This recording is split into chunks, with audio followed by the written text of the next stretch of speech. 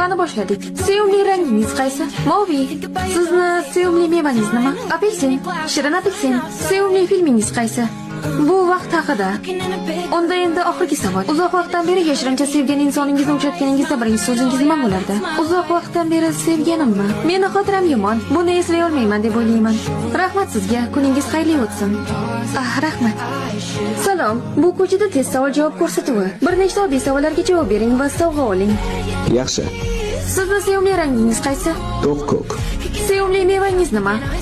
Apelsin. Yaxshi ko'rgan filmingiz qaysi? Richard Curtisning Vaqt haqida nomli filmi. Endi oxirgi savol. Agar uzoq vaqtdan beri yashirincha sevib qolgan insoningizni uchratganingizda birinchi so'zingiz nima bo'lardi? Menimcha, u meni haliyam eslaydi. Javob berganingiz uchun rahmat. Bu sizning sovg'angiz. Ular shunchalik mukammal uyg'unlik yaratdilarki, To'g'ri, xuddi romantik drama kabi. Ular bir-birini uchratsa kerak.